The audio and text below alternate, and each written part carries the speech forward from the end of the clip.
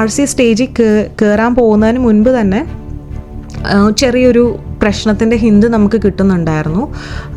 അതായത് ആരോ നമ്മുടെ ഏവർക്കും ഹൃദയം നിറഞ്ഞ നമസ്കാരം. Please welcome Dr. Taslima Nasrin on the stage of Litmus 25. Let's give her a huge round of applause. ഒരു ലിറ്റ്മസ് ഡേ ഇൻ മൈ ലൈഫാണ് നമ്മളിന്ന് പ്ലാൻ ചെയ്തിട്ടുള്ളത്.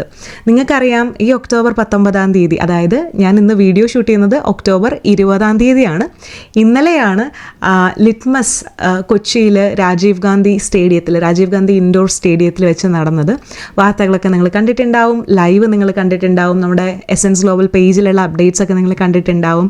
സോ എസെൻസ് വളരെ സംഭവബഹുലമായി, വളരെ ബ്യൂട്ടിഫുള്ളായി, വളരെ well organised, well planned, well executed event ആയിട്ട് ഇന്നലെ കൊച്ചിയിൽ നടക്കുകയുണ്ടായി. അപ്പോൾ ഇന്ന് നമ്മുടെ വീഡിയോ ഇതാണ്, അല്ലെങ്കിൽ പ്ലാൻ ചെയ്യുന്ന കാര്യം ഇതാണ്.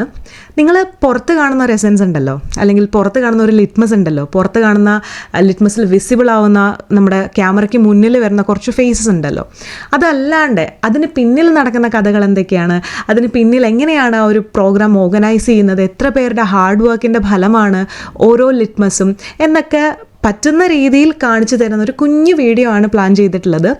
ലിറ്റ്മസിൽ ഞാൻ പങ്കെടുത്ത് തുടങ്ങിയ കാലം പോലുള്ള ഒരു ചെറിയ ഗ്ലിംസ് നിങ്ങൾക്ക് തരാമെന്ന് ഞാൻ വിചാരിക്കുകയാണ്. ഞാൻ ആദ്യമായിട്ട് പങ്കെടുക്കുന്ന ലിറ്റ്മസ് അത് ഫസ്റ്റ് ലിറ്റ്മസ് തന്നെയായിരുന്നു. രാജീവ് ഗാന്ധി ഇൻഡോർ സ്റ്റേഡിയത്തിലാണ് ഇപ്പോൾ ലിറ്റ്മസ് നടന്നത്, അതായത് എറണാകുളത്ത്.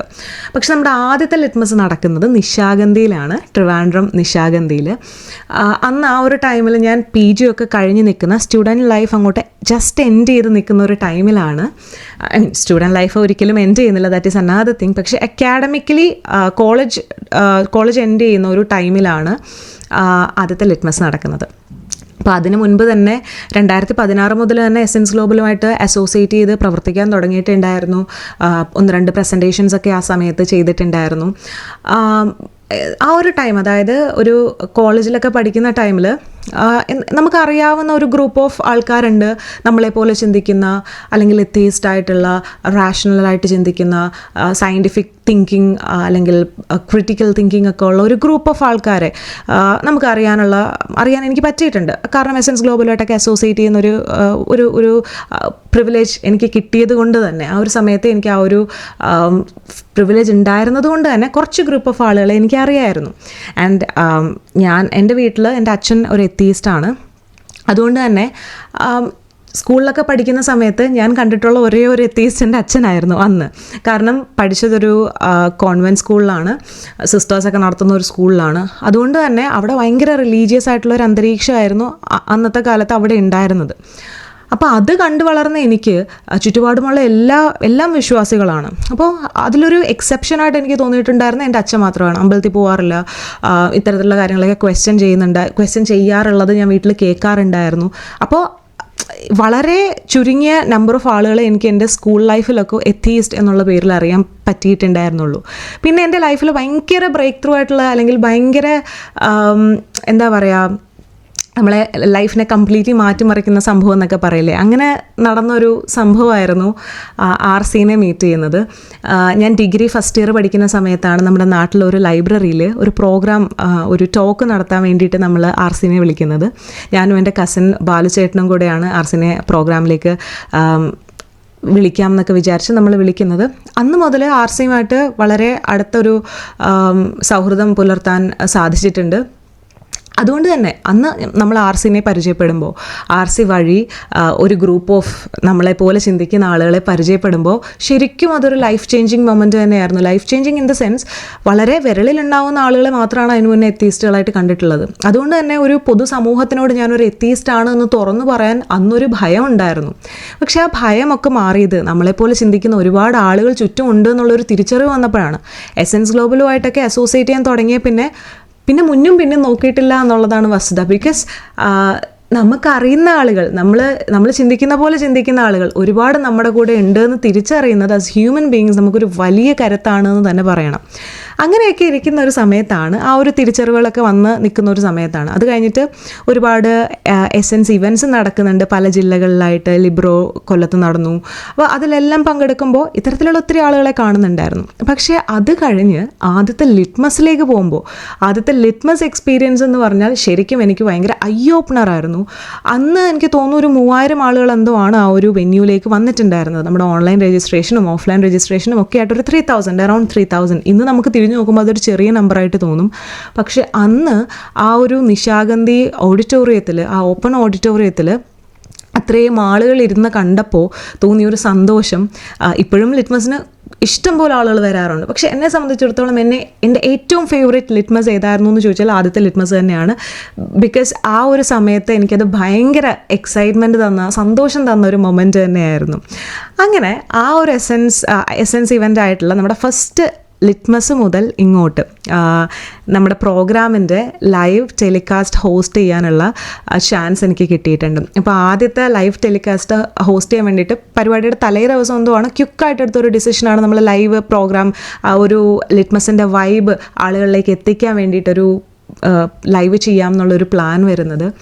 അന്ന് മുതൽ ഇങ്ങോട്ട് എല്ലാ വർഷവും ലൈവ് ചെയ്തിട്ടുണ്ട്.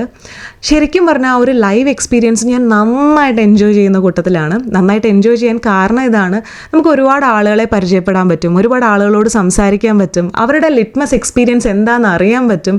നമ്മൾ ഈ ആളുകളോടൊക്കെ സംസാരിക്കുമ്പോൾ അവരുടെ ആ ഒരു എക്സൈറ്റ്മെൻറ്റും സന്തോഷവും, മേ ബി ഞാൻ ഫസ്റ്റ് ലിറ്റ്മസിൽ പോയപ്പോൾ എനിക്കുണ്ടായ ആ ഒരു എക്സൈറ്റ്മെൻറ്റ് എന്താണോ അതാണ് ഞാൻ ഓരോ വട്ടവും ഈ ആളുകളോട് റിവ്യൂ എടുക്കുമ്പോഴും അവരോട് ലിറ്റ്മസിൽ പങ്കെടുക്കുമ്പോൾ എന്ത് തോന്നുന്നു എന്നൊക്കെ ചോദിക്കുമ്പോഴും അവർ തരുന്ന ആ ഒരു റെസ്പോൺസ് എനിക്ക് എപ്പോഴും എൻ്റെ ഫസ്റ്റ് ലിറ്റ്മസ് എക്സ്പീരിയൻസ് ആണ് എന്നെ ഓർമ്മിപ്പിക്കുന്നത്. നമസ്കാരം മോളെ. നമസ്കാരം. ഫാത്തിമ ബീവി, തമിഴ്നാട്, കന്യാകുമാരി. ഓക്കെ. പ്രോഗ്രാം കണ്ടിട്ട് വന്നതുക്കാன തൃപ്തിയുണ്ട്. എന്താ സന്തോഷം തോന്നുന്നുണ്ടോ? It was useful. Okay. What about the first presentation? I think I got a good thought about that, and I have to remove the religious in my brain first. So each litmus live experience is very special for me. അപ്പോൾ ഓരോ ലിറ്റ്മസിനും ആ ഒരു live എങ്ങനെ നമുക്ക് different ആക്കാം, അല്ലെങ്കിൽ എങ്ങനെ നമുക്കത് കുറച്ചും കൂടി രസമാക്കാം എന്നൊക്കെ ആലോചിച്ചിട്ടാണ് ലിറ്റ്മസ് വേദിയിലേക്ക് ഓരോ വട്ടവും പോകുന്നത്. അപ്പോൾ ഇത്തവണയും നമ്മളങ്ങനെ പ്ലാൻ ചെയ്ത് കഴിഞ്ഞ വർഷത്തിൽ നിന്നും എന്തെങ്കിലുമൊക്കെ ഡിഫറെൻ്റ് ആക്കണം എന്നൊക്കെ വിചാരിച്ചിട്ടാണ് ഇത്തവണ നമ്മൾ ലിറ്റ്മസ് 25-ൻ്റെ വേദിയിലേക്ക് പോകുന്നത്. 18-ാം തീയതിയാണ് ഞാൻ വീട്ടിൽ നിന്ന് തിരിക്കുന്നത്. അപ്പോൾ ഇത്തവണ നമ്മളൊരു ലൈവിൻ്റെ കാര്യത്തിലൊരു സുപ്രധാനമായിട്ടുള്ളൊരു ഡിസിഷൻ എടുത്തിട്ടുണ്ടായിരുന്നു. അതായത് പ്രോഗ്രാമിൻ്റെ കംപ്ലീറ്റ് ലൈവ് ടെലികാസ്റ്റ് നമ്മുടെ ചാനലിലെ, അതായത് എസെൻസ് ഗ്ലോബൽ ചാനലിൻ്റെ മെമ്പേഴ്സ് ആയവർക്ക് കംപ്ലീറ്റ് ആയിട്ട് ഫുൾ ലൈവ് എക്സ്പീരിയൻസ് കൊടുക്കാം എന്നുള്ളൊരു ഡിസിഷൻ നമ്മൾ എടുത്തിട്ടുണ്ടായിരുന്നു. ആൻഡ് ഓൾസോ ലിറ്റ്മസിൻ്റെ വൈബ് കാണിക്കുന്ന ഒരു സെപ്പറേറ്റ് ലൈവ്, അത് പെയ്ഡൊന്നുമല്ല, നമ്മളെല്ലാ വർഷം ചെയ്യുന്ന പോലെ തന്നെ ആളുകളോട് അവരുടെ എക്സ്പീരിയൻസ് ചോദിക്കുക, നമ്മുടെ റിസോഴ്സ് പേഴ്സൺസിൻ്റെ അടുത്ത് അവർക്ക് പറയാനുള്ളത് ചോദിക്കുക, അങ്ങനെ ഒരു ലൈവ് നമ്മൾ പ്ലാൻ ചെയ്തിട്ടുണ്ടായിരുന്നു. സോ ഇത്തവണത്തെ ലൈവിനെ ഡിഫറെൻ്റ് ആക്കിയത് ഈ ഒരു കാര്യത്തിലായിരുന്നു. അതായത് നമ്മൾ ഫുൾ പ്രോഗ്രാം ലൈവായിട്ട് കൊടുത്തിട്ടുണ്ടായിരുന്നു എസെൻസ് ഗ്ലോബൽ ചാനലിൻ്റെ മെമ്പേഴ്സിനായിട്ട്. അപ്പോൾ എനിവേ 18-ാം തീയതി നമ്മൾ വീട്ടിൽ നിന്ന് തിരിക്കുന്നു. എൻ്റെ ബെസ്റ്റ് ഫ്രണ്ട് എൻ്റെ കൂടെ വന്നിട്ടുണ്ടായിരുന്നു ഇത്തവണ. അതും എനിക്ക് ഒരുപാട് സന്തോഷം തന്നിട്ടുള്ളൊരു കാര്യമാണ്. ഇത്രയും ലിറ്റ്മസുകളിൽ പോയിട്ടുണ്ടായിരുന്നെങ്കിലും ഫാമിലി വന്നിട്ടുണ്ടായിരുന്നു, പല പല ഫ്രണ്ട്സും വന്നിട്ടുണ്ടായിരുന്നു. പക്ഷേ ഒരുമിച്ച് എൻ്റെ കൂടെ ഞാൻ കൂട്ടിപ്പോയ ഒരു ഫ്രണ്ടിനെ കൂട്ടിപ്പോയൊരു ലിറ്റ്മസ് എക്സ്പീരിയൻസ് ഇതാദ്യമാണ്. സോ എൻ്റെ ബെസ്റ്റ് ഫ്രണ്ടായിട്ടുള്ള ശ്രീകുട്ടി പ്രോഗ്രാമിന് വന്നു. നമ്മൾ ഒരുമിച്ചാണ് ഇവിടുന്ന് എറണാകുളത്തേക്ക് പോയത്, കാറിൽ ഡ്രൈവ് ചെയ്ത് പോയി. ശ്രീകുട്ടിയുടെ മറ്റൊരു ഫ്രണ്ടും വന്നിട്ടുണ്ടായിരുന്നു. അപ്പോൾ നമ്മൾ ആക്ച്വലി ഒരു ഗ്രൂപ്പായിട്ട് ഭയങ്കര എൻജോയ് ചെയ്തിട്ടാണ് ഇത്തവണ ലിറ്റ്മസിന് പങ്കെടുക്കാനായി പോയത്. ഞാൻ ഇവിടുന്ന് രാവിലെ ഒരു ഐ തിങ്ക് ഒരു 6 മണിയൊക്കെ ആയപ്പോഴത്തേക്കിനും വീട്ടിൽ നിന്ന് ഇറങ്ങി കൊട്ടാരക്കരയിൽ നിന്ന് എൻ്റെ ഫ്രണ്ടിനെ പിക്ക് ചെയ്തു, ശ്രീകുട്ടിയെ പിക്ക് ചെയ്തു. നേരെ MC റോഡ് വഴി എറണാകുളത്തേക്ക് യാത്ര തിരിച്ചു. കോട്ടയത്ത് ഇടയ്ക്കൊരു ഹോൾട്ട് എടുത്തു, ബ്രേക്ക്ഫാസ്റ്റ് കഴിച്ചു. നല്ലൊരു ബ്രേക്ക്ഫാസ്റ്റ് സ്പോട്ട് നമ്മൾ കണ്ടുപിടിച്ച് റിവ്യൂ ഒക്കെ നോക്കി കോട്ടയത്ത് നല്ല ബെന്നദോശയൊക്കെ കിട്ടുന്ന ഒരു കടയിൽ നിന്ന് നല്ല ബെന്നദോശയൊക്കെ കഴിച്ചു. അങ്ങനെ വളരെ എൻജോയ് ചെയ്താണ് നമ്മൾ ലിറ്റ്മസ് 25-ൻ്റെ വെന്യൂവിലേക്ക് പോയത്. ഒരു 12 മണിയൊക്കെ ആവാറായപ്പോഴത്തേക്കിനും നമ്മൾ വെന്യൂവിലെത്തി. അതിനു മുന്നേ തന്നെ കോളൊക്കെ വരുന്നുണ്ടായിരുന്നു, നമ്മുടെ ശ്രീ ചേച്ചിയും അതുപോലെ സജിത്തേട്ടനും. നമ്മൾ ചെന്നിട്ട് ലൈവ് എടുക്കുന്ന കാര്യങ്ങളൊക്കെ പ്ലാൻ ചെയ്യാനും പെട്ടെന്ന് ഇവിടെ ലൈവൊക്കെ നമുക്ക് സെറ്റ് ചെയ്യണ്ടേ എന്നൊക്കെ ചോദിച്ച് അവർ വിളിക്കുന്നുണ്ടായിരുന്നു. അങ്ങനെ വലിയ ട്രാഫിക്കിലൊന്നും പെടാതെ ഒരു 12:30 ആയപ്പോഴത്തേക്കിനും കൊച്ചി രാജീവ് ഗാന്ധി ഇൻഡോർ സ്റ്റേഡിയത്തിലെത്തി. എനിക്ക് ശരിക്കും പറഞ്ഞാൽ സ്റ്റേഡിയത്തിൽ നമ്മൾ കാറ് പാർക്ക് ചെയ്തിട്ട് സ്റ്റേഡിയത്തിന് പുറകിലൊരു പാർക്കിംഗ് ഉണ്ട്, അവിടെയാണ് പാർക്ക് ചെയ്തത്. എന്നിട്ട് നേരെ വെന്യൂവിനകത്തേക്ക് കയറുമ്പോൾ നമുക്ക് എല്ലാ തവണത്തെയും പോലെ എക്സൈറ്റ്മെൻ്റ് ആണ്. എങ്ങനെയാണ് ഇത്തവണത്തെ ആ ഒരു എൻട്രൻസ് നമ്മൾ ചെയ്തിട്ടുള്ളത്, ഡെക്കറേറ്റ് ചെയ്തിട്ടുള്ളത്, അവിടെ വെച്ചിട്ടുള്ള ആ ഒരു ഹോർഡിങ് എന്താണ്, ഇതൊക്കെ അറിയാൻ നമുക്ക് ഭയങ്കര എക്സൈറ്റ്മെൻ്റ് ആണ്. ലിറ്റ്മസിന് വരുന്ന എല്ലാവർക്കും അത് അറിയാം. അപ്പോൾ ആ ഒരു എക്സൈറ്റ്മെൻറ്റോട് കൂടി നമ്മൾ ലിറ്റ്മസിൻ്റെ വെന്യൂവിലേക്ക് എത്തി. ചെന്നപ്പോൾ തന്നെ എല്ലാവരും അവിടെ നമ്മുടെ വോളണ്ടിയേഴ്സ് എല്ലാവരും, ഞാൻ പറഞ്ഞല്ലോ ഓൾറെഡി, ഒരു 5 ദിവസം മുന്നേയൊക്കെ അവിടെ പോയി, ഗിരീഷേട്ടനെ പോലെയുള്ള ആളുകളൊക്കെ 5 ദിവസം മുന്നേയൊക്കെ അവിടെ പോയി നമ്മുടെ പരിപാടി ഫുൾ സെറ്റാക്കിക്കൊണ്ടിരിക്കുകയാണ്. ഗിരീഷേട്ടൻ മാത്രമല്ല, നമ്മുടെ ടീം എസെൻസ് ഒരുപാട് പേര് നേരത്തെ ഒരുപാട് ദിവസം മുന്നേ വന്നു, എല്ലാം സെറ്റ് ചെയ്യുന്നുണ്ടായിരുന്നു. നമ്മളെപ്പോഴും ലിറ്റ്മസിൻ്റെ അല്ലെങ്കിൽ എസെൻസിൻ്റെ പ്രോഗ്രാം കാണുമ്പോൾ കാണുന്ന വളരെ ഫ്യൂ ആൾക്കാരെയാണ്, എസെൻസുമായിട്ട് അസോസിയേറ്റ് ചെയ്തിരിക്കുന്ന വളരെ കുറച്ച് മുഖങ്ങൾ മാത്രമേ നിങ്ങൾ നമ്മുടെ സ്ക്രീനിലൂടെ കാണുന്നുള്ളൂ. അതല്ലാതെ ഒരുപാട് മുഖങ്ങൾ ഇതിന് പിന്നിൽ പണിയെടുക്കുന്നുണ്ട് എന്നുള്ള കാര്യം പലപ്പോഴും നമ്മൾ മറന്നു പോകാറുണ്ട്. അപ്പോൾ ഇത്തവണ എൻ്റെ ഫ്രണ്ട് വന്നു എന്ന് പറഞ്ഞില്ലേ, പുള്ളിക്കാരൻ എൻ്റെ കൂടെ വർക്ക് ചെയ്യുന്ന ആളാണ്, എൻ്റെ കൊളീഗാണ്. അപ്പോൾ ഞാൻ ഇപ്പോൾ വർക്ക് ചെയ്യുന്ന കോളേജിൽ ജോയിൻ ചെയ്യാൻ ചെന്നപ്പോൾ തന്നെ ശ്രീകുട്ടി എന്നെ വന്ന് പരിചയപ്പെടുന്നത് എസെൻസ് ഗ്ലോബലിൻ്റെ പ്രോഗ്രാംസിനൊക്കെ കണ്ടിട്ടുണ്ട്, അല്ലെങ്കിൽ എസെൻസ് ഗ്ലോബലുമായിട്ടുള്ള ഒരു അസോസിയേഷൻ പറഞ്ഞാണ് നമ്മൾ ആദ്യമേ പരിചയപ്പെടുന്നത്. ശ്രീകുട്ടി അതിന് മുൻപ് തന്നെ എസെൻസ് ഗ്ലോബലിൻ്റെ പരിപാടികളൊക്കെ കാണാറുള്ള ആളായിരുന്നു. പക്ഷേ ലിറ്റ്മസുകൾക്കൊന്നും വരാൻ പറ്റിയിട്ടില്ല, നമ്മുടെ പരിപാടിക്ക് നേരിട്ട് എത്താനും പറ്റിയിട്ടില്ല. അപ്പോൾ ഡെഫിനറ്റ്ലി ഇത്തവണ പരിപാടിക്ക് വന്ന്, അപ്പം ഡെഫിനറ്റ്ലി നമ്മുടെ ഈ യൂട്യൂബ് ചാനലൊക്കെ കാണുമ്പോൾ കുറച്ച് ആളുകളുടെ മുഖം മാത്രമാണ് ഇവരെല്ലാവരും കാണുന്നത്.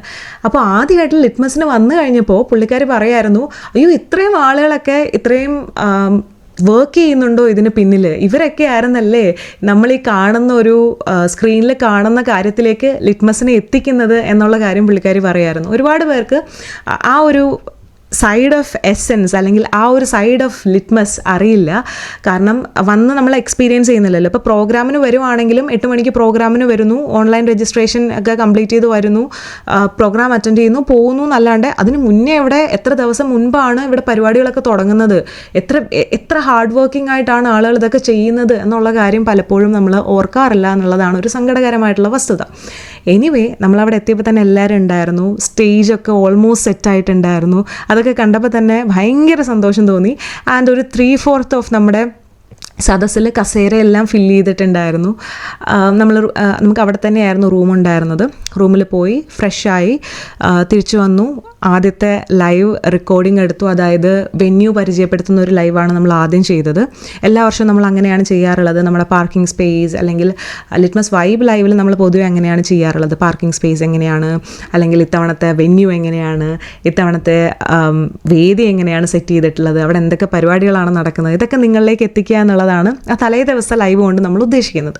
അപ്പോൾ ആ ഒരു ലൈവൊക്കെ ഫസ്റ്റ് റൗണ്ട് ഷൂട്ട് ചെയ്തു. എന്നിട്ട് എല്ലാവരുടെ അടുത്തും ഒരു ചിറ്റ് ചാറ്റൊക്കെ കഴിഞ്ഞ് നമ്മളെല്ലാവരും കൂടി ഒരുമിച്ച് പോയി ലഞ്ചൊക്കെ കഴിച്ചു. വീണ്ടും തിരിച്ച് വേദിയിലേക്ക് നമ്മുടെ വെന്യൂവിലേക്ക് വന്നു. പിന്നെ എനിക്ക് തോന്നുന്നു ലഞ്ചൊക്കെ കഴിച്ചിട്ട് വന്ന് കുറച്ച് നേരം ഒന്ന് റെസ്റ്റ് എടുത്തു. അത് കഴിഞ്ഞിട്ട് പിന്നെയും 1-2 സെറ്റ്സ് ഓഫ് ലൈവ് നമ്മൾ ഷൂട്ട് ചെയ്തു. പിന്നെ അത് കഴിഞ്ഞിട്ട് സ്റ്റേജ് അറേഞ്ച്മെൻറ്റ്സ് ഒക്കെ പ്ലാൻ ചെയ്യാനുണ്ടായിരുന്നു. അപ്പം രാത്രി വൈകിയും നമ്മൾ സ്റ്റേജ് എല്ലാം സെറ്റ് ചെയ്യുമായിരുന്നു. നിങ്ങൾക്ക് ഞാനും ശ്രീ ചേച്ചിയും ഒക്കെ സ്റ്റേജിൽ കസേരയിലിരിക്കുന്ന കുറച്ച് ഫുട്ടേജസ് കാണാൻ പറ്റും. പക്ഷെ അതിൽ ആക്ച്വലി നമ്മൾ ചുമ്മാ കസേരയിലിരിക്കുമല്ല, അവിടെ ക്യാമറാമാൻ തലേ ദിവസമേ വന്നിട്ടുണ്ടായിരുന്നു. അപ്പോൾ അവർ അവിടെ അവരുടെ ക്യാമറയിൽ സ്റ്റേജ് എത്രത്തോളം കവർ ചെയ്യാൻ പറ്റുന്ന രീതിയിൽ, അല്ലെങ്കിൽ എവിടെ ചെയർ ഇട്ടാലായിരിക്കും വിസിബിലിറ്റി കിട്ടുന്നത്, ഇതിനൊക്കെ വേണ്ടിയിട്ടായിരുന്നു അവരവിടെ ചെയർ ഇട്ട് നമ്മളെ ഇരുത്തി ഡെമോ ആയിട്ട് നോക്കുമായിരുന്നു എല്ലാം. അതൊക്കെ കഴിഞ്ഞു. പിന്നെ നമ്മുടെ നെക്സ്റ്റ് ഡേയിലത്തേക്കുള്ള ലൈവ് പ്ലാൻ ചെയ്യണമായിരുന്നു. ആൻഡ് ഇത്തവണത്തെ ലൈവ് ടീമിനെ പറ്റി എടുത്തു പറയേണ്ടതുണ്ട്. എല്ലാ വർഷവും ലൈവ് നമ്മൾ ഭംഗിയായിട്ട് തരക്കേടില്ലാത്ത രീതിയിൽ ചെയ്യാറുണ്ട്. ആൻഡ് ഇത്തവണ പേഴ്സണലി എനിക്ക് ഭയങ്കര സന്തോഷം തോന്നിയ ഒരു ലൈവ് എക്സ്പീരിയൻസ് ആയിരുന്നു. കാരണം നമ്മുടെ ഇത്തവണത്തെ ലൈവ് ടീമിൽ ഉണ്ടായിരുന്നത് കാർത്തിയും, നമ്മുടെ കൊല്ലത്തെ കാർത്തിയും, അതുപോലെ തന്നെ എൻ്റെ ഫ്രണ്ട് കൂടെ വന്നല്ലോ ശ്രീകുട്ടി. അപ്പോൾ നമ്മൾ 3 പേരും കൂടെ ആയിരുന്നു. ആൻഡ് പിന്നെ പുറത്തുനിന്ന് വന്നൊരു ക്യാമറമാൻ ചേട്ടനും ഉണ്ടായിരുന്നു. അപ്പം നമ്മൾ 3 പേരുമായിരുന്നു ഇത്തവണത്തെ ലൈവിൻ്റെ പ്ലാനിങ് മുതൽ വേറെ ആളുകൾ ഒരുപാട് പേരുണ്ട്. നമ്മുടെ അനീഷ് ചേട്ടൻ, അതുപോലെ തന്നെ സജിത്തേട്ടൻ, സിൻഡോ ചേട്ടൻ, ഇവരെല്ലാമാണ് പ്ലാനിങ്ങിലുള്ളത്. ഡെഫിനറ്റ്ലി ഒരുപാട് മുന്നേ ഇത്തവണ നമ്മൾ ലൈവിനെ പറ്റി പ്ലാൻ ചെയ്ത് തുടങ്ങിയിട്ടുണ്ടായിരുന്നു. നമ്മളൊരു ഗ്രൂപ്പൊക്കെ ഉണ്ടാക്കി ഡിസ്കഷൻസും കാര്യങ്ങളൊക്കെ നടക്കുന്നുണ്ടായിരുന്നു. അതിനുശേഷം നമ്മൾ വെന്യൂവിൽ നമ്മൾ 3 പേരും കൂടെ ആയിരുന്നു ലൈവ് എല്ലാം ഡീൽ ചെയ്തിട്ടുണ്ടായിരുന്നത്. കാരണം ഈ പേര് പറഞ്ഞതിൽ പലരും, സജിത്തേട്ടൻ ഒഴിച്ച് ബാക്കി എല്ലാവരും പുറത്താണ്. സജിത്തേട്ടൻ ഉണ്ട്, പക്ഷേ സജിത്തേട്ടന് ഉണ്ടായിരുന്ന റെസ്പോൺസിബിലിറ്റി അതിലും വലിയ ഒരുപാട് റെസ്പോൺസിബിലിറ്റി ആയിരുന്നു. സോ അത് കാരണം പുള്ളിക്ക് ലൈവ് ടീമിൽ ആക്റ്റീവായിട്ട് നിൽക്കാൻ പറ്റുന്നുണ്ടായിരുന്നില്ല. അതിൻ്റെ ഇരട്ടിപ്പണി വേറെ ഉണ്ടായിരുന്നു. അപ്പോൾ എനിവേ അങ്ങനെ ഞങ്ങൾ 3 പേരും കൂടി ലൈവ് എല്ലാം നാളത്തേക്കുള്ളത് പ്ലാൻ ചെയ്ത് വെച്ചു. ഇങ്ങനെയൊക്കെ ചെയ്യാം. മോർണിംഗ് എല്ലാവരും വരുന്നതിന് മുന്നേ ആ രജിസ്ട്രേഷൻ ഡെസ്ക് ഒക്കെ കാണിക്കുന്ന പോലെ, അല്ലെങ്കിൽ ആ രജിസ്ട്രേഷൻ പ്രോസസ്സൊക്കെ കാണിക്കുന്ന പോലെ ഒരു ലൈവ് ചെയ്യാം. ഇതൊക്കെ നമ്മൾ പ്ലാൻ ചെയ്യുമായിരുന്നു. രാവിലെ 6 മണിക്ക് തന്നെ എണീറ്റ് 7 മണിക്ക് എക്സാക്ട്ലി നമ്മൾ അവിടെ റെഡിയായി എത്തുന്ന പോലെയൊക്കെ പ്ലാൻ ചെയ്ത് തലേ ദിവസം പോകുമായിരുന്നു. അപ്പോൾ ആ പ്ലാനിങ് ചെറിയ ഗ്ലിംസസ് ഒക്കെയും നിങ്ങൾക്ക് ഈ ഒരു ഫുട്ടേജിൽ കാണാം. പിന്നെ അന്ന് തന്നെ, അതായത് ഈ ലിറ്റ്മസിൻ്റെ തലേ ദിവസം രാത്രി തന്നെ നമ്മൾ ഉറങ്ങാൻ റൂമിലേക്ക് പോകുന്നത് ഒരു 12 മണിയായിട്ടുണ്ടായിരുന്നു. കാരണം പ്രോഗ്രാമിൻ്റെ അന്ന് അവാർഡ് ഫംഗ്ഷൻ ഹോസ്റ്റ് ചെയ്യാനുണ്ടായിരുന്നു. അപ്പോൾ അതിൻ്റെ ഡെമോ നോക്കി,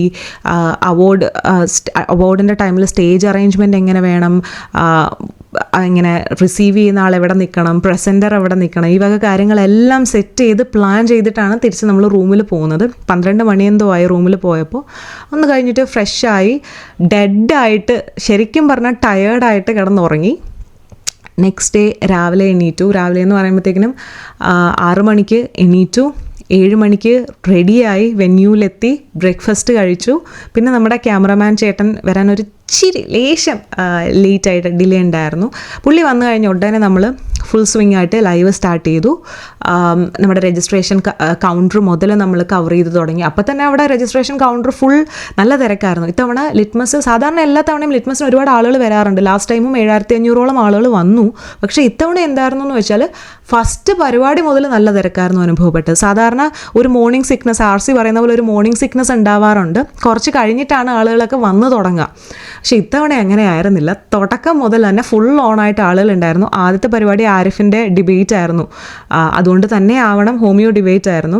ആ ഒരു എന്താ പറയുക, അടിപൊളി സ്റ്റാർട്ട് ആയതുകൊണ്ട് തന്നെ ആ ഫുൾ പവറോടെയും ആളുകൾ അവിടെ രാവിലെ തന്നെ വന്നിരിപ്പുണ്ടായിരുന്നു. അപ്പം ഇത്തവണ നമ്മൾ ഓൺലൈൻ രജിസ്ട്രേഷൻ 4000 കടന്നിട്ടുണ്ടായിരുന്നു. നമ്മുടെ 19-ാം തീയതി രാവിലെ ആയപ്പോൾ തന്നെ സ്പോട്ട് രജിസ്ട്രേഷനും ധാരാളം വന്നു. സോ ആ ഒരു ക്രൗഡ് തുടക്കത്തിലേ തന്നെ വിസിബിൾ ആവുന്നുണ്ടായിരുന്നു. ഇനീഷ്യലി നമ്മൾ ആ എൻട്രൻസിൽ നിന്ന് എടുത്ത ഫുട്ടേജൊക്കെ നമ്മൾ ശരിക്കും പറഞ്ഞാൽ കഷ്ടപ്പെട്ടാണ് എടുത്തത്. തിക്കി തിരക്കി അകത്തേക്ക് കയറിയാണ് എടുത്തിട്ടുണ്ടായിരുന്നത്. പിന്നെ തസ്ലീമ നസ്രീൻ വരുന്ന പരിപാടി ആയതുകൊണ്ട് തന്നെ നമ്മൾ സെക്യൂരിറ്റിയുടെ കാര്യത്തിൽ ആദ്യമേ നല്ല പ്രിക്കോഷൻ എടുത്തിട്ടുണ്ടായിരുന്നു. ബൗൺസേഴ്സിനെയൊക്കെ സെറ്റ് ചെയ്തിട്ടുണ്ടായിരുന്നു. നല്ല ചെക്കിങ്ങോട് കൂടെയായിരുന്നു ആദ്യം തന്നെ പരിപാടിയിലേക്ക് ആളെ അകത്തേക്ക് കടത്തി വിടുന്നത്. നമ്മൾ എസെൻസുമായിട്ട് അസോസിയേറ്റ് ചെയ്ത് നിൽക്കുന്ന, ക്ലോസ്ലി അസോസിയേറ്റഡ് ആയിട്ടുള്ള ആളുകൾ പോലും ഫുൾ ID കാർഡോട് മാത്രമേ പുറത്ത് പോയി കഴിഞ്ഞാൽ അകത്ത് കയറാൻ പറ്റത്തുള്ളായിരുന്നു. അത്രയും നമ്മൾ 100% പ്രശ്നങ്ങൾ ഉണ്ടാവരുത് എന്നുള്ള ഉദ്ദേശത്തോടു കൂടി തന്നെയാണ് സെക്യൂരിറ്റി അത്രയും സ്ട്രിക്റ്റ് ആക്കി കാര്യങ്ങളൊക്കെ പ്ലാൻ ചെയ്തിട്ടുണ്ടായിരുന്നത്. എനിവേ അകത്ത് കയറി പ്രോഗ്രാം തുടങ്ങുന്ന സമയത്തെല്ലാം നമ്മൾ ലൈവ് പൊയ്ക്കൊണ്ടിരിക്കുമായിരുന്നു. ലൈവ് എല്ലാം ചെയ്യുന്നുണ്ടായിരുന്നു. ആദ്യത്തെ പരിപാടി വളരെ ഗംഭീരമായിട്ട് കഴിഞ്ഞു. പിന്നെ അബി ഡോക്ടറിൻ്റെ പരിപാടി ഉണ്ടായിരുന്നു. അബി ഡോക്ടറിൻ്റെ പരിപാടിയും വളരെ ബ്യൂട്ടിഫുൾ ആയിട്ടുള്ളൊരു പ്രോഗ്രാമായിരുന്നു. അതായത് മോഡേൺ മെഡിസിൻ പ്രാക്ടീഷണേഴ്സിന് ഉണ്ടാവുന്ന ചില പ്രശ്നങ്ങൾ, അവർ റൈറ്റ് ആയിട്ടുള്ള ടൂളിനെ ചില സിറ്റുവേഷനിൽ എങ്ങനെ റോങ് ആയിട്ട് യൂസ് ചെയ്യുന്നു. അതായത് മോഡേൺ മെഡിസിൻ എന്ന് പറയുന്ന നമ്മൾ റിലേ ചെയ്യേണ്ട കാര്യത്തെ അവർ ചില സിറ്റുവേഷനിൽ എങ്ങനെ അത് എന്താ പറയുക, പല താല്പര്യങ്ങൾ കൊണ്ടും അതിനെ തെറ്റായ രീതിയിൽ ഉപയോഗിക്കുന്നു എന്നുള്ളത് വളരെ കൃത്യമായിട്ട് കാട്ടിത്തരുന്നൊരു പ്രസൻറ്റേഷനായിരുന്നു. ടു ബി ഓണസ്റ്റ്, എനിക്ക് ഫുൾ പ്രസൻറ്റേഷൻ കേൾക്കാൻ പറ്റിയില്ല. ഒരു ലിറ്റ്മസുകൾക്കും ഒരു പരിപാടിയും കംപ്ലീറ്റ് ആയിട്ട് കേൾക്കാൻ പറ്റിയിട്ടില്ല. കാരണം ഈ ലൈവിൻ്റെ പരിപാടിയും ഫുൾ തിരക്കായിട്ട് ഇങ്ങനെ ഓടി നടക്കുന്ന കാരണം നമുക്ക് ഫുൾ കാണാൻ പറ്റത്തില്ല. അപ്പോൾ അതുകൊണ്ട് തന്നെ എപ്പോഴും വീഡിയോസ് വരുമ്പോഴാണ് ലിറ്റ്മസ് പരിപാടികളെല്ലാം കാണാറുള്ളത്. അപ്പോൾ അബി ഡോക്ടറിൻ്റെ പരിപാടി ഇടയ്ക്ക് എനിക്ക് അത്രയ്ക്ക് കാണണം എന്ന് ആഗ്രഹമുള്ള കാരണം കുറച്ചൊക്കെ കാണാൻ പറ്റി. ആൻഡ് അത് കഴിഞ്ഞിട്ടായിരുന്നു RCയുടെയും ശ്രീജിത്ത് പണിക്കറിൻ്റെയും ഡിബേറ്റ്. RC സ്റ്റേജിൽ കയറാൻ പോകുന്നതിന് മുൻപ് തന്നെ ചെറിയൊരു പ്രശ്നത്തിൻ്റെ ഹിന്റ് നമുക്ക് കിട്ടുന്നുണ്ടായിരുന്നു. അതായത് ആരോ നമ്മുടെ പ്രോഗ്രാം വെന്യൂവിലേക്ക് ഒരു തോക്കുമായിട്ട് അകത്ത് കയറിയിട്ടുണ്ട്. പുള്ളിയുടെ ഉദ്ദേശം നമുക്കറിയത്തില്ല. എനിവേ ഫ്രിസ്കിങ്ങിനിടയിൽ കിട്ടിയതാണ്, ചെക്കിങ്ങിനിടയിൽ കിട്ടിയതാണ് ബൗൺസേഴ്സിന് ഗൺ. അപ്പോൾ അവരുടെ അവരെ അകത്ത് കയറുന്ന കാര്യം അല്ലെങ്കിൽ ഈ ഗണ്ണുമായിട്ട് അകത്ത് പ്രവേശിക്കാമോ എന്നുള്ളത് പോലീസിനോട് ചോദിച്ചിട്ട് പറയാം എന്ന് പറഞ്ഞ് നിൽക്കുന്ന ഒരു സമയത്ത് അവരെയൊക്കെ തള്ളി മാറ്റിയിട്ട് ഇയാൾ അകത്തേക്ക് കയറി പോവുകയാണ്. ഇങ്ങനൊരു സെക്യൂരിറ്റി ത്രെറ്റുള്ള ഒരു സിറ്റുവേഷൻ അവിടെ നടക്കുന്നു. എങ്കിലും നമ്മൾ ഡിബേറ്റ് സ്റ്റാർട്ട് ചെയ്ത് വെക്കുന്നു. അപ്പോൾ തന്നെ പോലീസ് ഈ പ്രോഗ്രാം നടന്നുകൊണ്ടിരിക്കുന്നതിൻ്റെ ഇടയ്ക്ക് തന്നെ പോലീസ് അവിടെ എല്ലാം ചെക്കിങ് നടത്തുന്നുണ്ട്. നമ്മുടെ കോർഡിനേറ്റേഴ്സൊക്കെ കുറച്ച് അലേർട്ടായിട്ട് നിൽക്കുന്നുണ്ട്. ബൗൺസേഴ്സൊക്കെ ശരിക്കും അലേർട്ടായിട്ട് നിൽക്കാൻ തുടങ്ങി. അപ്പോൾ അങ്ങനെ ഇരിക്കുന്ന സമയത്താണ് പെട്ടെന്ന് അനൗൺസ്മെൻറ്റ് വരുന്നത്. പോലീസിൻ്റെ ഇൻസ്ട്രക്ഷൻ അനുസരിച്ച് അവിടെ അനൗൺസ്മെൻറ്റ് നടക്കുന്നുണ്ട്. അതായത് പരിപാടി കംപ്ലീറ്റ് ആയിട്ട് സ്റ്റോപ്പ് ചെയ്യണമെന്നല്ല, കുറച്ച് സമയത്തേക്ക് പരിപാടി നിർത്തിവെക്കണം. കംപ്ലീറ്റ് ആളുകളും പുറത്തേക്ക് പോകണം. ഒരു ഫ്രിസ്കിങ്ങിന് ശേഷം മാത്രമേ അകത്തേക്ക് കടന്നു വരാൻ സാധിക്കൂ എന്നുള്ള ഒരു അനൗൺസ്മെൻറ്റ് വരുന്നത്.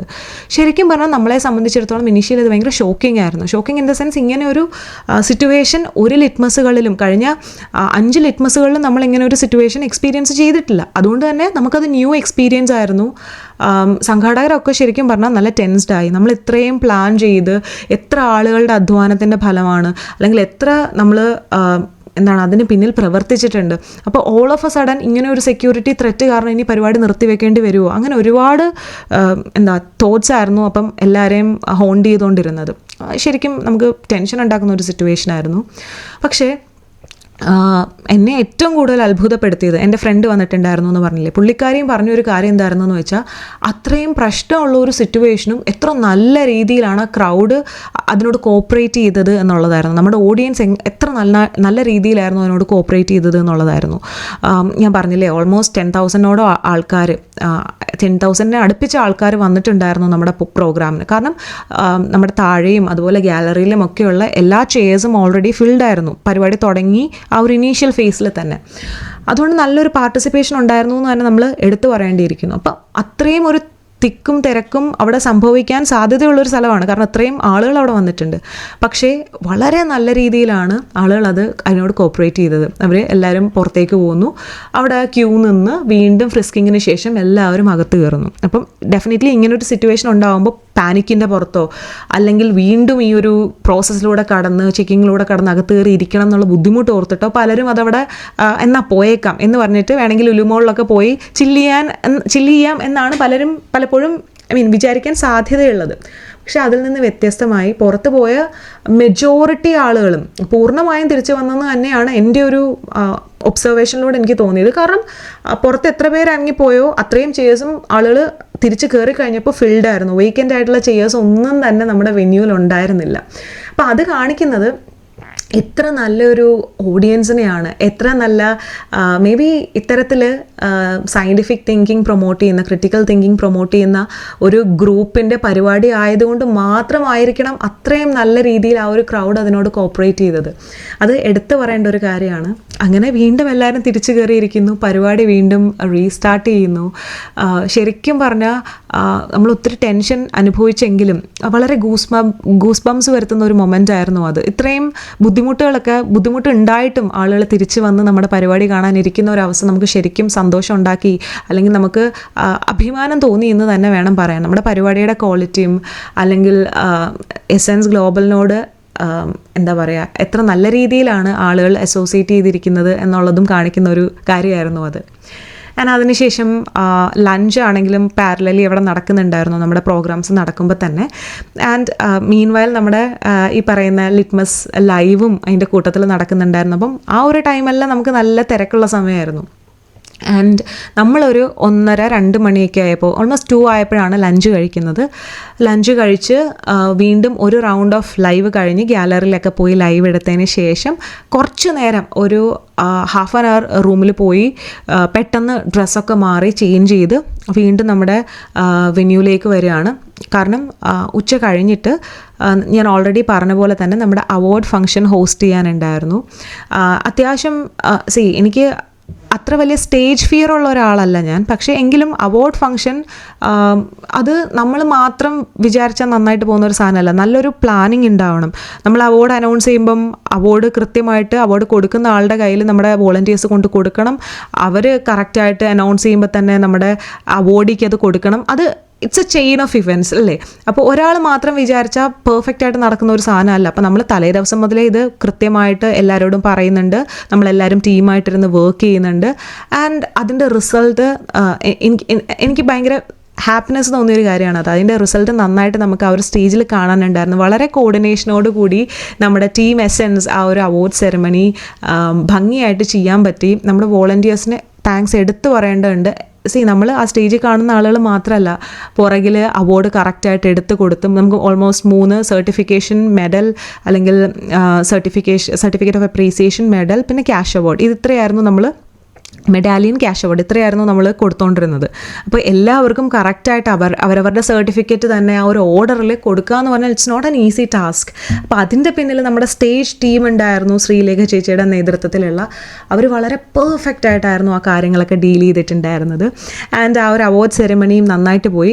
അതിന് മുന്നേ തന്നെ എടുത്തു പറയേണ്ട കാര്യം തസ്ലീമ നസ്രിൻ്റെ കാര്യമാണ്. തസ്ലീമ നസ്രിൻ നമ്മുടെ ലിറ്റ്മസ് വേദിയിൽ വരിക എന്നുള്ളത്, അല്ലെങ്കിൽ വന്നത് ഓരോ എസെൻസ് ഗ്ലോബൽ പ്രവർത്തകരെയും, എസെൻസ് ഗ്ലോബൽ പ്രവർത്തകരെ മാത്രമല്ല, ഈ പറയുന്ന പോലെ ഓരോ സ്വതന്ത്ര ചിന്തകനെയും മതത്തിൻ്റെ അട്രോസിറ്റീസ് അനുഭവിക്കുന്ന ഓരോ വ്യക്തിക്കും ഗൂസ് ബംസ് ഉണ്ടാക്കുന്ന ഒരു മൊമെൻ്റ് ആയിരുന്നു ആ ഒരു എന്താ പറയുക ഫൈറ്റർ ഫോർ ഫ്രീഡം നമ്മുടെ ഒരു എസെൻസ് ഗ്ലോബലിൻ്റെ ഒരു പ്രോഗ്രാമിൻ്റെ വെന്യൂവിലെത്തി എന്നുള്ള കാര്യം. അപ്പോൾ നമ്മൾ തസ്ലീമിനെ വെൽക്കം ചെയ്യുന്ന ആ ഒരു മൊമെൻ്റൊക്കെ ശരിക്കും പറഞ്ഞാൽ ഒരു ഗൂസ് ബംസ് തരുന്നൊരു മൊമെൻ്റ് ആയിരുന്നു. ശരിക്കും സന്തോഷം, ഉള്ളിൽ നിന്ന് നമുക്ക് സന്തോഷം തോന്നുന്ന, അഭിമാനം തോന്നുന്ന ഒരു മൊമെൻ്റ് തന്നെയായിരുന്നു. അങ്ങനെ നമ്മൾ തസ്ലീമ നസ്രിനെയൊക്കെ വെൽക്കം ചെയ്ത് നമ്മൾ നമ്മുടെ അവാർഡ് സെറമണിക്ക് മുന്നേ തന്നെ അകത്ത് കൊണ്ടുപോയി നമ്മുടെ ഗ്രീൻ റൂമിലൊക്കെ ഇരുത്തുന്നുണ്ടായിരുന്നു. ദെൻ അവാർഡ് സെറമണി കഴിഞ്ഞ് തസ്ലീമ നസ്രിൻ്റെ സ്പീച്ച് ഉണ്ടായിരുന്നു. It was literally awesome. ഭയങ്കര ബ്യൂട്ടിഫുൾ ആയിട്ടുള്ളൊരു സ്പീച്ചായിരുന്നു തസ്ലീമ നസ്രിൻ നമ്മുടെ ലിറ്റ്മസ് 25ൻ്റെ വേദിയിൽ നൽകിയത്. ആൻഡ് തസ്ലീമ നസ്രിന് അവാർഡ് കൊടുക്കുമ്പോൾ ജോസഫ് മാഷ് നടത്തിയൊരു പ്രഭാഷണമുണ്ട്. അതും ഭയങ്കര ഹാർട്ട് ടച്ചിങ് ആയിരുന്നു. ആൻഡ് ആ ഒരു സ്റ്റേജ് എന്ന് പറഞ്ഞാൽ ഭയങ്കര എന്താ പറയുക, ഒരു സർവൈവർ അല്ലെങ്കിൽ ഒരു ഫൈറ്റർ മറ്റൊരു ഫൈറ്ററിന് അവാർഡ് കൊടുക്കുന്ന ഒരു കാര്യമായിരുന്നു നമുക്കവിടെ വിറ്റ്നസ് ചെയ്യാൻ പറ്റിയിരുന്നത്. അതും ഭയങ്കര ഒരു എന്താ പറയുക, ഹിസ്റ്റോറിക്കൽ മൊമെൻ്റ് ആയിട്ട്, ചരിത്രത്തിൽ ഇടം നേടാൻ സാധ്യതയുള്ളൊരു മൊമെൻ്റ് ആയിട്ടാണ് എനിക്ക് പേഴ്സണലി ഫീൽ ചെയ്തത്. ആൻഡ് അവാർഡ് സെറിമണിയും കഴിഞ്ഞു. അത് കഴിഞ്ഞിട്ട് വീണ്ടും again back to our Litmus vibe live. അപ്പോൾ ഒക്കെ ആയപ്പോഴത്തേക്കിനും എനർജി ലെവൽ ഇങ്ങനെ ഡ്രോപ്പ് ചെയ്ത് വരുന്നുണ്ടായിരുന്നു. കാരണം തലേ ദിവസം ഒരു ഉച്ച മുതൽ തുടങ്ങിയ പരിപാടിയല്ലേ. എൻ്റെ മാത്രമല്ല, എന്നെക്കാട്ടിലും അവിടെ ടയേർഡായി ക്ഷീണിച്ച് എന്നിട്ടും ആ ഒരു സ്പിരിറ്റിൻ്റെ പുറത്ത് കാര്യങ്ങൾ ചെയ്തുകൊണ്ടിരുന്ന ഒരുപാട് ആളുകളുണ്ടായിരുന്നു. അങ്ങനെയുള്ള ആളുകളാണ് ശരിക്കും പറഞ്ഞാൽ എസെൻസ് ഗ്ലോബലിൻ്റെ വിജയം, ടീം എസെൻസിൻ്റെ വിജയം, അതുപോലെ ഓരോ ലിറ്റ്മസുകളുടെയും വിജയം എന്ന് പറയുന്നത്. ആൻഡ് പരിപാടി NDR ആയ സമയമായപ്പോഴത്തേക്കിനും എല്ലാവർക്കും എല്ലാ ലിറ്റ്മസുകൾക്കും ഉള്ള ഒരു കാര്യമാണത്. അതായത് by the end of Litmus എല്ലാ ലിറ്റ്മസുകൾക്കും അവസാനം ആകുമ്പോഴത്തേക്ക് നമുക്കൊരു സങ്കടം തോന്നും. ഇത്രയും മാസങ്ങൾക്ക് മുമ്പ് തുടങ്ങിയ പണിയായിരിക്കും പലർക്കും. എന്താ പറയുക, ഇങ്ങനെ അഡ്വർടൈസ്മെൻറ്റ്സ്, പോസ്റ്റേഴ്സ്, നോട്ടീസസ് ഇതൊക്കെ ആളുകളിലേക്ക് എത്തിക്കുക, ഫോൺ വിളിക്കുക, ഇതിലൊക്കെ കാര്യമായിട്ട് ഇതിനു വേണ്ടി ടൈം ഇൻവെസ്റ്റ് ചെയ്യുന്ന ആളുകളുണ്ട്. മാസങ്ങൾക്ക് മുമ്പ് തന്നെ 2, 3, 4 മാസങ്ങൾക്ക് മുമ്പാണ് ഈ ഒരു പരിപാടികളൊക്കെ തുടങ്ങുന്നത്. അതിന് വേണ്ടി ഒരുപാട് ടൈം ഇൻവെസ്റ്റ് ചെയ്യുന്ന ആളുകളുണ്ട്. അപ്പോൾ അവരൊക്കെ ഓൾ ഓഫ് എ സഡൻ ഇനി എന്ത് ചെയ്യും എന്നുള്ള ഒരു എന്താ പറയുക, തോട്ടിലെത്തുന്ന ഒരു സമയമാണ് ഓരോ ലിറ്റ്മസുകളുടെയും അവസാന ഭാഗം എന്ന് പറയുന്നത്. അപ്പോഴത്തേക്കും നമ്മുടെ വോളണ്ടിയേഴ്സിനൊക്കെ ഒരു സങ്കടം അല്ലെങ്കിൽ ഒരു നഷ്ടബോധം തോന്നി തുടങ്ങുന്ന ഒരു മൊമെൻ്റാണ്. ആൻഡ് ഇത്തവണത്തെ RCയുടെ conclusion speech, it was literally awesome. നല്ലൊരു കൺക്ലൂഷൻ സ്പീച്ചായിരുന്നു RC കൊടുത്തിട്ടുണ്ടായിരുന്നത്. ശരിക്കും നമുക്ക് സന്തോഷം, അഭിമാനം ഒക്കെ തോന്നുന്നൊരു മൊമെൻ്റ് ആയിരുന്നു അത്. ആൻഡ് കൺക്ലൂഷൻ സ്പീച്ചോടുകൂടി നമ്മുടെ ഏറ്റവും നീണ്ട ലിറ്റ്മസ്, ഇത്രയും 6ാമത്തെ ലിറ്റ്മസ് ആയിരുന്നു കഴിഞ്ഞത്, ഏറ്റവും നീണ്ട ലിറ്റ്മസും ആയിരുന്നു കഴിഞ്ഞത് എന്ന് വേണം പറയാൻ. രാത്രി ഒരു 8:30 തുടങ്ങി 8:30 നമ്മുടെ പരിപാടി തീരുന്നത്. അത്രയും നേരം രാവിലെ മുതൽ വൈകുന്നേരം വരെ ആ പ്രോഗ്രാം കണ്ടുകൊണ്ടിരുന്ന ആളുകൾ, അതിൻ്റെ പിന്നിൽ പണിയെടുത്ത ആളുകൾ, ബൈ ദ ടൈം ആ ഒരു തീരുന്ന സമയമാകുമ്പോഴത്തേക്കിനും ഒരു മിക്സ്ഡ് ഇമോഷൻസ് ആണ് ഇവർക്കൊക്കെ തോന്നുന്നുണ്ടാവുക. ഇതൊക്കെ നമുക്ക് എന്താ പറയുക, നമ്മുടെ ലിറ്റ്മസ് റിവ്യൂ എടുക്കുമ്പോഴും നമ്മുടെ വോളണ്ടിയേഴ്സിൻ്റെ അടുത്ത് സംസാരിക്കുമ്പോഴും ഒക്കെ ക്ലിയർലി മനസ്സിലാവുന്ന കാര്യമാണ്. ആൻഡ് ആ ഒരു കൺക്ലൂഷൻ സ്പീച്ചും കഴിഞ്ഞു. നമ്മൾ DJ പ്ലാൻ ചെയ്തിട്ടുണ്ടായിരുന്നു, പക്ഷേ DJ നടത്തിയില്ല. കാരണം അത്രയും ലേറ്റ് ആയിട്ടുണ്ടായിരുന്നു, എല്ലാവരും ശരിക്കും ടയേർഡ് ആയിട്ടുണ്ടായിരുന്നു. നമുക്ക് ഹോള് തിരിച്ച് വിട്ട് നൽകേണ്ട സമയമായിട്ടുണ്ടായിരുന്നു, പിന്നെ പ്രാക്ടിക്കലി പോസിബിൾ ആയിരുന്നില്ല. സോ അവിടെ വെച്ച് നമ്മൾ പ്രോഗ്രാം അവസാനിപ്പിച്ചു. And you know this was one of the best ever litmus actually that happened ever എന്ന് വേണമെങ്കിൽ പറയാം. ഓരോ ലിറ്റ്മസുകളും ബെസ്റ്റാണ്, വരാനിരിക്കുന്ന ലിറ്റ്മസ് അതിലും ബെസ്റ്റ് ആയിരിക്കും എന്ന് നമുക്ക് ഭയങ്കര കോൺഫിഡൻസ് ഉണ്ട്. കാരണം ഇത്രയും ലിറ്റ്മസുകൾ അങ്ങനെയായിരുന്നു. ഞാൻ ആദ്യമേ പറഞ്ഞു എൻ്റെ ഏറ്റവും ഫേവറേറ്റ് ലിറ്റ്മസ് ആദ്യത്തെ ലിറ്റ്മസ് ആയിരുന്നു. കാരണം എനിക്ക് ഭയങ്കര സ്പെഷ്യലായിട്ട് തോന്നിയൊരു മൊമെൻ്റ് അതായിരുന്നു. പക്ഷേ അവിടുന്ന് ഇങ്ങോട്ട് നമ്മൾ ഒട്ടും പിന്നോട്ട് പോയിട്ടില്ല, മുന്നോട്ട് മാത്രമേ വന്നിട്ടുള്ളൂ എന്നുള്ളതാണ് വസ്തുത. ആൻഡ് ഞാൻ ഈ റിവ്യൂ എടുക്കുന്ന കാര്യം പറഞ്ഞല്ലോ, ലിറ്റ്മസ് റിവ്യൂസിൻ്റെ സമയത്ത് എല്ലാം ആളുകൾ പറയുന്ന ഒരു കാര്യമുണ്ട്, ലിറ്റ്മസ് ഈ പറയുന്ന ഒരു വിജ്ഞാനത്തിൻ്റെ ഉത്സവം, അറിവിൻ്റെ ഉത്സവം എന്നതിലൊക്കെ അപ്പുറം ലിറ്റ്മസ് ഒരു കൂട്ടായ്മയുടെ ഉത്സവമാണ്, സൗഹൃദത്തിൻ്റെ ഉത്സവമാണ്, സ്നേഹത്തിൻ്റെ ഉത്സവമാണ് എന്നൊക്കെ. കാരണം എല്ലാവരും അവിടെ വരുന്നത് ഒരു ഫാമിലിയിലേക്ക് വരുന്ന പോലെയാണ്. നമ്മളൊക്കെ ഈ തലേ ദിവസമേ അവിടെ എത്തുമ്പോൾ തന്നെ നമുക്ക് വി ആർ ബാക്ക് ഹോം എന്നുള്ളൊരു തോന്നലാണ് വരുന്നത്. അവിടെ വരുന്ന ഓരോ ആളുകൾക്കും ഒരു വട്ടമെങ്കിലും ലിറ്റ്മസിൽ വന്നിട്ടുണ്ടെങ്കിൽ നിങ്ങൾക്കും ആ ഒരു ഫീലിംഗ് വരും. കാരണം നമ്മൾ ഓരോ വർഷവും കാണുന്ന ആളുകളെ അടുത്ത തവണ ലിറ്റ്മസിനായിരിക്കും പിന്നെ മീറ്റ് ചെയ്യുന്നുണ്ടാവുക.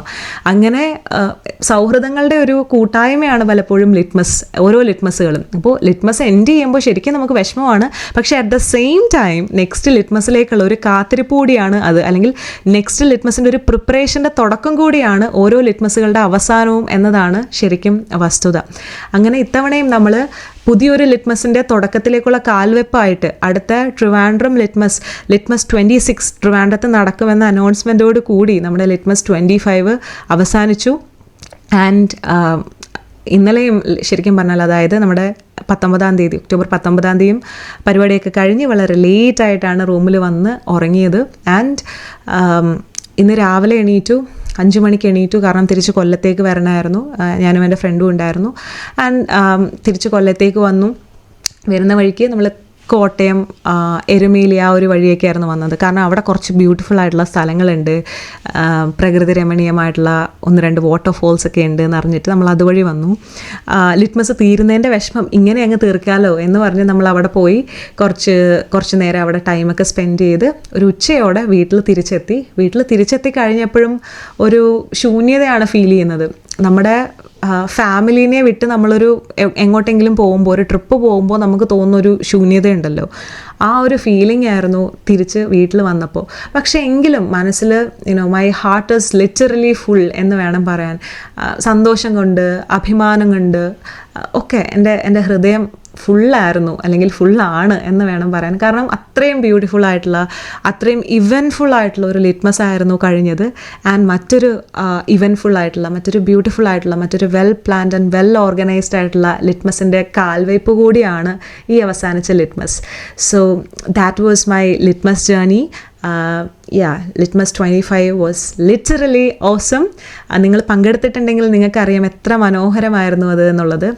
പങ്കെടുത്തിട്ടില്ലെങ്കിൽ ലിറ്റ്മസ് 26ൻ്റെ ഭാഗമാവുക. അന്ന് നമുക്ക് ഞാൻ ഈ പറഞ്ഞ എക്സ്പീരിയൻസ് ഒക്കെ നിങ്ങൾക്കും ലീവ് ചെയ്യാനുള്ള ഒരു അവസരം, ആ ഒരു എക്സ്പീരിയൻസിലൂടെ ജീവിക്കാനുള്ള ഒരു അവസരം, അല്ലെങ്കിൽ നിങ്ങൾക്ക് മേ ബി ഒരു ഡിഫറെൻറ്റ് എക്സ്പീരിയൻസ് ആയിരിക്കും അടുത്ത ലിറ്റ്മസ് സമ്മാനിക്കുന്നത്. അത് അനുഭവിക്കാനുള്ള ഒരു അവസരം നിങ്ങൾക്കും ഉണ്ടാവട്ടെ. So yes, that's all for today and keep watching Thought Experiments. Till then, take care and bye. പിന്നെ ഒരു കാര്യം മറക്കണ്ട, നമ്മുടെ ചാനൽ ഇതുവരെ സബ്സ്ക്രൈബ് ചെയ്തിട്ടില്ലെങ്കിൽ സബ്സ്ക്രൈബ് ചെയ്യുക, ഫോളോ ചെയ്യുക, കീപ് വാച്ചിങ്.